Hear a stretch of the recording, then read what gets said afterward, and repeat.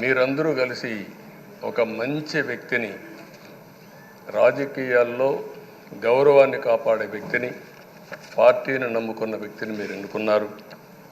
ఈరోజు మనందరం కూడా గుర్తుపెట్టుకోవాల్సింది, ఇక్కడికి వచ్చినప్పుడు అవతల పార్టీ వాళ్ళు మనం ఎగతాళి చేయాల్సిన అవసరం లేదు. ప్రజల పనిష్మెంట్ ఇచ్చారు. ఇదే హౌస్లో నేను చూశాను. 23 సీట్లు మాకు వచ్చాయి. నేను బాధపడ్డాము. కానీ ప్రజాస్వామ్యాన్ని గౌరవించాలనే ఉద్దేశంతో ప్రజాస్వామ్యుతంగా పనిచేశాం. 23వ తారీఖు ఎన్నికల రిజల్ట్స్ వస్తే దాన్ని వక్రీకరించి 23వ తారీఖున దేవుడు రాసిన స్క్రిప్ట్ ఇది, మీకు 23 సీట్లు వచ్చాయని మాట్లాడారు. ఇప్పుడు నేను అడుగుతున్నా, కూటమికి 164 సీట్లు వచ్చాయి. 1, 6, 4 కూడుకుంటే 11 వస్తుంది. రాష్ట్రంలో దగ్గర 1631 రోజులు అమరావతి రైతాంగం ఆడబిడ్డలు ఉద్యమం చేశారు. ఆ 4 నెంబర్లు కలుపుకుంటే 1, 6, 3, 1 కలుపుకుంటే 11 వస్తుంది. అంటే ఇది కూడా భగవంతుడి స్క్రిప్ట్ అయినా కూడా నేను మాట్లాడడం లేదు, నేను కామెంట్ చేయడం లేదు.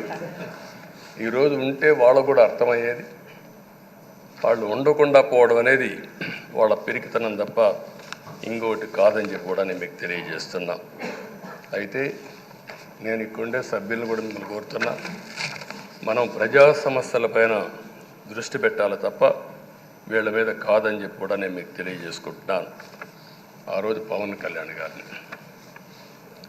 కళ్యాణ్ గారిని అసెంబ్లీ గేటు కూడా తాకనీయం అని పెద్ద డైలాగులు చెప్పారు.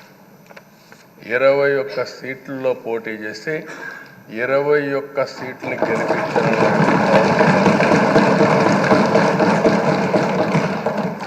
వైనాట్ 175 అని చెప్పి 11 కూడా తెచ్చుకోలేని నాయకత్వం. అంటే ఏ విధంగా మాట్లాడారు అనేదానికి ఇది ఒక ఉదాహరణ. ఆ రోజు పవన్ కళ్యాణ్ గారు చాలాసార్లు, నేను కూడా నాను, బయట చాలామంది అభినందించారు. ఎక్కడ తగ్గాలో తగ్గడం, ఎక్కడ గెలవాలనో గెలవడం నేర్చిన వ్యక్తి పవన్ కళ్యాణ్ గారు. ఈరోజు మనందరం కూడా గుర్తుపెట్టుకోవాల్సింది, రాజకీయాల్లో సుదీర్ఘమైన రాజకీయాల్లో ఉన్నాం. మొత్తం కలిసి 16వ సభ. మీ అందరికంటే సీనియర్ మోస్ట్ నేను. 8 + 1 9వసారి. అంటే 16 సభల్లో 16వ సభ 9 సభల్లో ఉన్నాను. అంటే అన్ని సభలను చూశాను.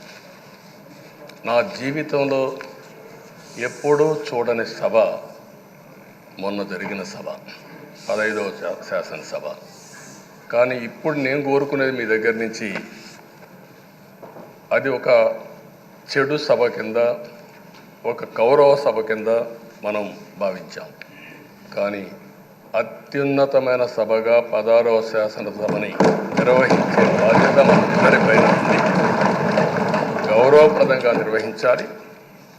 అదే సమయంలో ఇక్కడుండే ప్రతిపక్షాల దృష్టిలో పెట్టుకొని కాదు, 24 గంటలు మనం ప్రజలతో ఉండాలి.